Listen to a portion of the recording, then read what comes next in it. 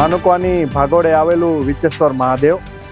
સ્વામિનારાયણ ભગવાન જ્યારે માનુકા આવતા ત્યારે વિચેશ્વર મહાદેવે પધારતા અને સંતો હરિભક્ત જોડે વિચેશ્વર મહાદેવે તળાવ આવેલી છે, ત્યાં તળાવે સંતો હરિભક્ત જોડે સ્નાન કરતા અને જળક્રિયા પણ કરતા.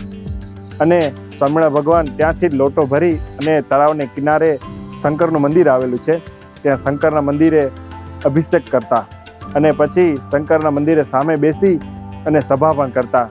એવું જ આ ખૂબ જ રમણીય સ્થળ વિચેશ્વર મહાદેવ.